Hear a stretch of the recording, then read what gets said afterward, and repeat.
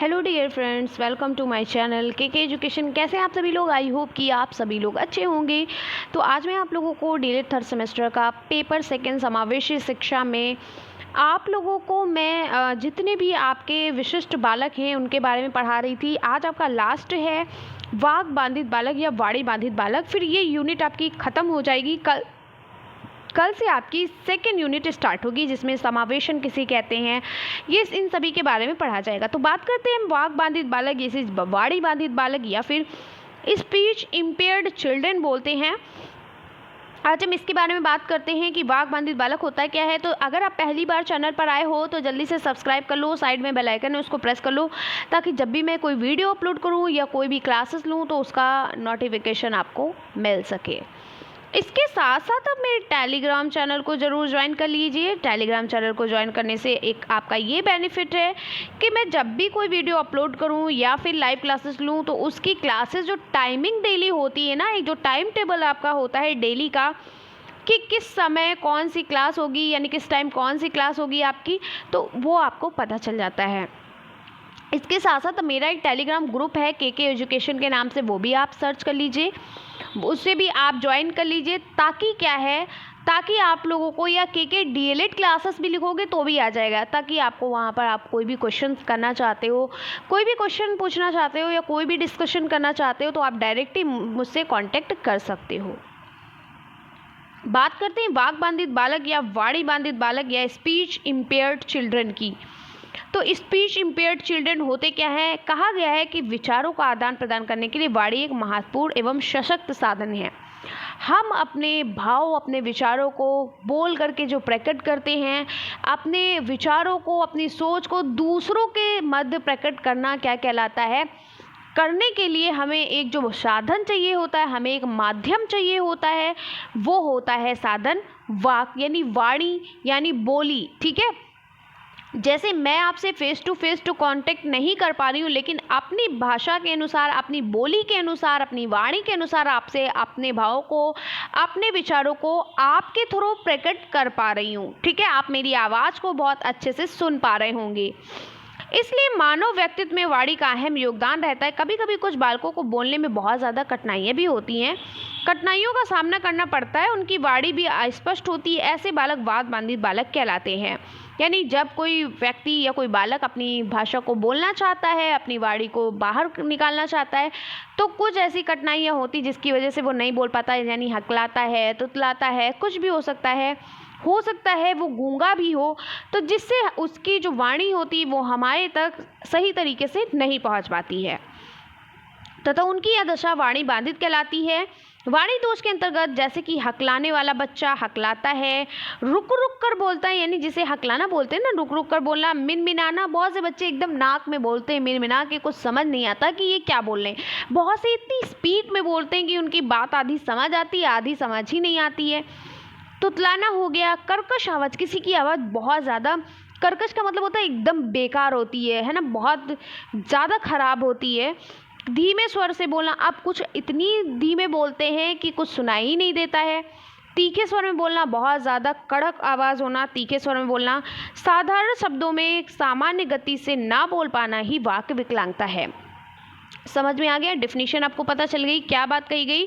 इतना जानने के बाद हमें ये पता चला, आपकी जो मेन डेफिनेशन आप सबसे पहले ये लिखोगे कि साधारण शब्दों में हम कह सकते हैं कि सामान्य गति से, यानी जैसे हम लोग बोल रहे हैं ये एक सामान्य गति है, तो सामान्य गति से ना बोल पाना ही वाक विकलांगता कहलाता है। अगर आपसे पूछा जाए वाक विकलांगता या वाक बाधित बालक या वाणी बाधित क्या होता है, तो आप कहोगे सामान्य स्थिति से ना बोल पाना या सामान्य गति से ना बोल पाना क्या कहलाता है? वाक विकलांगता कहलाता है।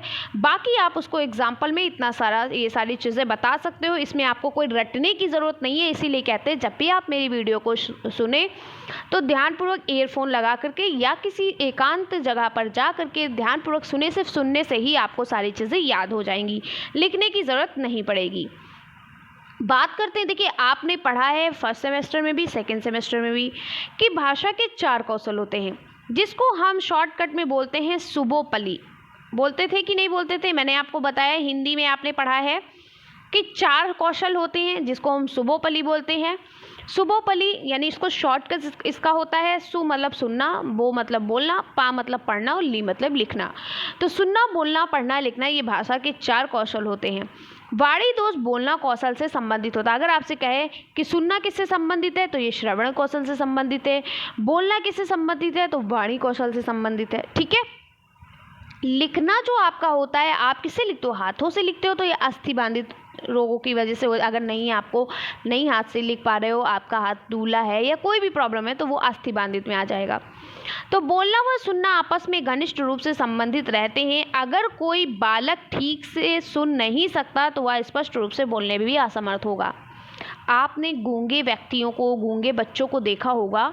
अगर आपके परिवार में किसी के होगा या कहीं भी आपने अपने मोहल्ले में, अपने किसी भी एरिया में आसपास अपने गूंगे लोगों को तो देखा होगा। आपने देखा होगा कि उनके अंदर क्या होता है, अगर वो जो गूंगे होते वो सुन भी नहीं पाते हैं। ठीक है। तो इसीलिए सुबोपली, सुनना बोलना, तो इसको एक साथ इसी वजह से रखा गया था इन दोनों कौशल को, क्योंकि जो बोल नहीं पाता वो सुन भी नहीं पाता है। ठीक है। आप कभी देखिए गूंगे को आप पुकारते पुकारते थक जाओगे, अगर बहुत तेज़ आवाज़ में पुकारोगे भले ही वो सुन ले, बहुत वो भी मुश्किल है। ठीक है। आप कितना भी पुकारते पुकारते थक जाओ लेकिन उनको सुनाई नहीं देता है। वो जब ही समझ पाते हैं जब आप उनसे इशारा करते हैं। ठीक है। देखिए, जॉन ईसेंस के अनुसार कहा गया है कि जब कोई बालक बोलता है तथा श्रोता की दृष्टि से यानी सुनने वाली की दृष्टि से समुचित संप्रेषण नहीं होता है, यानी उसको सही तरीके से नहीं वो समझ पाता है, सही तरीके से उसका कम्युनिकेशन नहीं हो पाता है, ध्यान देने पर भी स्पष्ट नहीं होता। आप बहुत ज़्यादा ध्यान देकर अगर किसी की बात सुन रहे हो फिर भी आप उसकी बात को समझ नहीं पा रहे हो, तब वाणी क्षति युक्त अथवा भाषा दोष आ जाता है। यानी उसकी भाषा में, उसके बोलने में कोई ना कोई दिक्कत है जिसकी वजह से आप ध्यान से सुनने के बाद भी नहीं सुन पा रहे हो। ठीक है। बात करते हैं वाणी बाधित बच्चों की पहचान कैसे करें या इनकी कैसे विशेषता हम पहचानेंगे, इनके क्या क्या लक्षण होते हैं। तो इन बालकों की वाणी दोष युक्त होती है, बिल्कुल होती है। अगर दोष युक्त नहीं होती तो ये वाणी बाधित बालक क्यों कहलाते हैं, ये वाणी बाधित बच्चे क्यों कहलाते हैं। ठीक है। या ये क्या है, विकलांग, वाणी विकलांग बच्चे क्यों कहलाते हैं। ये रुक रुक कर बोलते हैं। हो सकता है अगर इनमें एक लक्षण ये भी पाया जाता है, एक विशेषता ये भी पाई जाती होगी कि ये रुक रुक कर बोलते होंगे। रुक रुक कर बोलना यानी हकलाना, या कुछ बच्चे बहुत रुक रुक कर भी बोलते हैं, हकलाने के अलावा भी। ठीक है। इनकी आवाज़ कैसी होती, भारी होती है। हो सकता है कोई भी वाणी दोष बालक ऐसा है जिसकी आवाज़ बहुत भारी होती है, बहुत ज़्यादा सुनने में एकदम डर लग जाए ऐसी आवाज़। ये बालक आवाज़ मुंह के बजाय नाक से निकालते। कुछ बालक जो वाणी दोष बालक में क्या होता है, मिनमिनाना जिसको बोलते हैं, हिनहिनाना, मिनमिनाना, ऐसे नाक से बोलते हैं कि कुछ समझ में ही नहीं आता है। ठीक है। ये बालक उच्चारण के समय बोलते बोलते रुक जाते हैं। इनकी भाषा सुनने वालों को परेशानी में डाल देती है। मान लो कोई टीचर है, कोई बच्चा क्लास में हकलाता है, तुतलाता है, वो आपसे बात कर रहा है, आप एक टीचर हो, आप प्राइमरी टीचर बनने वाले हो, तो आपसे बात कर रहा है, आपको उसकी भाषा समझ में नहीं आ रही। कुछ बच्चे ऐसे होंगे जो इतनी धीमे बोलेंगे तो भी आपको प्रॉब्लम हो जाएगी। कितना भी कान लगा के सुन लो, कान उनके ओठों के पास रख दो तो भी नहीं सुनाई देता है। कुछ बच्चे इतनी जल्दबाजी में बोलते हैं जो सुनाई नहीं देता। कुछ बच्चे क्या होता है, बहुत ख़राब आवाज़ होती, कुछ सुनाई नहीं देता है ना। इन्हें बोलने में अधिक जोर लगाना पड़ता है। ठीक है। ये बालक अक्सर अपनी बात को जल्दी जल्दी कहकर ख़त्म करना चाहते हैं। ये बालक अधिकतर इशारों से बात करते हैं। ज़्यादातर देखा होगा जो गूंगे बालक होते हैं या जो जिनकी भी वाणी में दोष होता है, वो कोशिश करते हैं कि हम अपना इम्प्रेशन भी देते रहें, इशारे भी करते रहें। ठीक है। ताकि सामने वाला हमारी बात को समझ सके। इनकी भाषा स्पष्ट नहीं होती, इनकी भाषा एकदम सटीक नहीं होती, एकदम स्पष्ट सही तरीके से नहीं होती है। ठीक है। बात करते हैं वाणी विकार या वाणी दोष के प्रकार। तो ये कई प्रकार हो सकते हैं। अभी मैंने बताया हकलाना, तुतलाना, मिनमिनाना। ठीक है। तो बोलने या वाणी दोष या वाणी विकार के निम्नलिखित कारण हो सकते हैं। हकलाना, हकलाना क्या है, ये वाणी दोष है। ठीक है। ये वाणी दोष में आता है।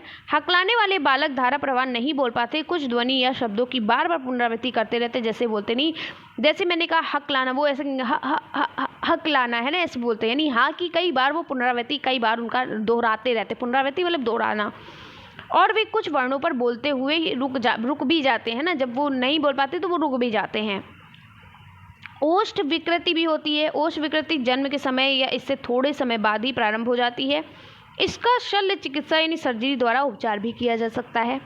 ठीक है। अगला है उच्चारण संबंधी दोष। इन दोष के अंतर्गत बालक कुछ ध्वनियाँ निकाल पाते हैं, वे एक शब्दों के 1-2 अक्षर बोल देते हैं और शेष नहीं बोल पाते हैं। किसी एक ध्वनि है तो दूसरी ध्वनि का प्रयोग करते हैं, जैसे ता को टा कहना, यानी ता को टा ही बोलते हैं, टा जहाँ पर होगा वहाँ ता बोलेंगे, ता भी होगा तो भी टा बोलेंगे, ठीक है। अधिकांश वाणी दोष ऐसे ही होते हैं। जैसे बहुत से लोग देखो सा को फा बोलते हैं, आपने देखा होगा, सा को फा बोलते हैं। एक शाहरुख खान की मूवी है, वहाँ पर वो सा को फा बोलते थे, ठीक है, मूवी का नाम नहीं याद आ रहा है, तो सा को फा बोलते हैं, है ना। सरसों को कहेंगे फरफो, है ना, सा को फा बोलना, ता को टा बोलना, टा को भी टा बोलना, ता को भी टा बोलना, है ना, इस तरीके से। फिर क्या, आवाज़ की समस्या, कुछ बालक धीरे या ऊंचा बोलते हैं, इसमें भी उनका स्वर दोषपूर्ण हो जाता है। कुछ बालक नाक के स्वर में बोलते हैं अथवा सांस ले लेकर बोलते हैं। कुछ बालकों की आवाज़ में भारीपन तो कुछ कसैलापन होता है, ठीक है। बात करते हैं वाणी दोष के कारण क्या क्या हो सकते हैं, क्यों ऐसी समस्याएं दिखाई देती हैं, इसके बारे में हमें पता होना चाहिए। तो गर्भावस्था के दौरान अनियमितता के कारण आपको बता दें, आप ध्यानपूर्वक देखिएगा, जिन्होंने मेरा नोट्स लिया हुआ है वो ध्यानपूर्वक देखें। अगर उन्होंने कारण याद कर लिया तो एक कारण याद करना है और सभी में वही कारण छाप देना है, ठीक है, क्योंकि कारण एक ही होता है, या तो फिर वो माँ के पेट से ही होता है, जन्म से पहले यानी गर्भावस्था में, ये कारण आनुवंशिकता के कारण भी हो सकता है, वातावरण के भी कारण हो सकता है, कुछ भी हो सकता है। तो सेम कारण आपको सभी में सेम लिखना है। तो आप देख लीजिएगा, जब नोट्स उठाइएगा तो कारण आपको सेम दिखाई देंगे, तो एक कारण याद करिएगा और सभी में आपका काम आएगा। तो गर्भाशय और के दौरान अनियमितता के कारण, यानी आप नियम से खाना नहीं खाएं, नियम से आपने व्यायाम नहीं किया, तो इस वजह से हो जाता है। असुरक्षित प्रसव के कारण, है ना, बहुत ज़्यादा प्रसव हो जाता है। असामयिक प्रसव के कारण, पोषण की कमी के कारण, आनुवंशिकता होने के कारण, दुर्घटना के कारण भी हो सकता है, ठीक है। बीमारी या जोर से चिल्ला पड़ना, जोर से चिल्लाने से हो सकता है दिक्कत हो जाए, ठीक है। तो ये सभी आपके कारण हैं। बात करते हैं वाणी दोष या वाणी बाधित बालकों की शिक्षा व्यवस्था कैसी होनी चाहिए, उनकी शिक्षा कैसी होनी चाहिए, जो बहुत इंपॉर्टेंट है और बहुत ज़्यादा पूछा जाता है। तो जो वाणी दोष बालक होते हैं, इनकी शिक्षा कैसी होनी चाहिए, तो वाणी दोष बालकों की शिक्षा जो है वो क्या होती है, ऐसे छात्रों के वाक अंगों की जांच तथा इलाज करना, यानी उनको कहाँ पर दिक्कत है इसकी इलाज करना, उसकी जांच करना।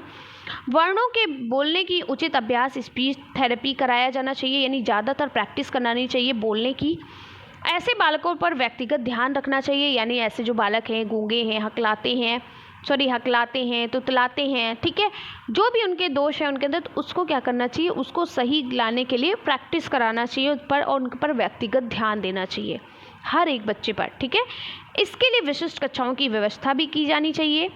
अगर आवश्यकता हो तो इन बालकों की विशिष्ट बाल विद्यालयों में भी प्रवेश दिलाना चाहिए, यानी ऐसे बालक जहां वाणी दोष बालक होते हैं, श्रवण दोष बालक की जो विद्यालय होते हैं, वहां पर इनको एडमिशन दिलाना चाहिए, ताकि वो वहां पर ढंग तरीके से, अच्छे तरीके से पढ़ सके। विद्यालय में अच्छे माहौल का निर्माण करना चाहिए। अब ऐसा नहीं है कि आप उनका मजाक बना रहे हो, आप उनकी बेइज्जती कर रहे हो, आप उनको सभी बच्चों के सामने उनका हतोत्साहित कर रहे हो, तो ये गलत है। वाणी दोषों को दूर होने में समय लगता है, इस कार्य शिक्षकों अभिभावकों को धैर्य रखने से काम लेना चाहिए, यहाँ पर कम नहीं काम लेना चाहिए। ऐसा नहीं कि आपको बहुत ज़्यादा जल्दबाजी है, बस शुरू कर दिया ये वाणी तो मारना पीटना शुरू कर दिया और एक ही दिन में सोचा कि इनको बस हम आज ही सही कर लें, ऐसा नहीं है। थोड़ा टाइम लगता है, धीरे धीरे आप उन पर मेहनत करिए, धैर्य रखिए, थोड़ा सा भरोसा रखिए, उसके बाद काम करिए। ऐसे छात्रों के साथ समायोजन करने में शिक्षक को दूसरे छात्रों की मदद भी करनी चाहिए, कि दूसरा छात्र उसकी मदद कर सके, उसको सेंटर पे ला सके, यानी धीरे धीरे जब सारे छात्र उनकी मदद करेंगे, उनके साथ मिलजुल कर रहेंगे, तो भी वो अच्छे से सीखना पसंद करेंगे। तो ये थे हमारी वाणी दोष बालकों की शिक्षा व्यवस्था, उनकी विशेषताएं, उनके लक्षण, उनकी पहचान, उनकी क्या बोलते हैं, उनके अंदर दोष, उनके कारण, ठीक है, ये सारी चीज़ें हमने पढ़ी। तो आज हमारा ये जो विशिष्ट बालकों वाला टॉपिक है ये समाप्त हो गया है, और कल हमारी सेकेंड यूनिट स्टार्ट होगी, जो हमारी सेकेंड यूनिट है समावेशन वाली, उसको कल हम शुरू करेंगे। तो देखिए धीरे धीरे कैसे आपके जो क्वेश्चन हैं वो समाप्त हो रहे हैं। और रही बात गणित की, गणित में आपकी सिर्फ 2 दिन क्लास होगी। 2 दिन क्लास होने के बाद आपकी क्लास एकदम फिनिश हो जाएगी, ख़त्म हो जाएगी। और उसके बाद क्या होगा, उसके बाद आपकी प्रैक्टिस शुरू हो जाएगी, यानी राजन सीरीज, पवन सीरीज कराना शुरू कर दूंगी।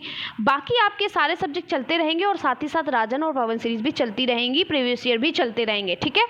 बिल्कुल भी परेशान होने की ज़रूरत नहीं है। तो कैसी लगी वीडियो कमेंट्स में ज़रूर बताइएगा। आई होप कि आपको वीडियो अच्छी लगी होगी। तो अगर आप लोग चैनल पर पहली बार आए हो तो चैनल को सब्सक्राइब कर लो। यही लोगो हमारा ग्रुप पे भी है, यही लोगो हमारा टेलीग्राम ग्रुप पे भी है, यही हमारा लोगो टेलीग्राम चैनल पे भी है, यही लोगो हमारा यूट्यूब चैनल पे भी है, ठीक है। और वीडियो को ज़्यादा से ज़्यादा शेयर किया करिए। अगर अच्छी लगी है तो लाइक करिए, कमेंट्स करिएगा। तो मिलते हैं इसी तरीके से हम नेक्स्ट वीडियो में नेक्स्ट टॉपिक के साथ, नेक्स्ट यूनिट के साथ। तब तक के लिए बाय बाय, टेक केयर।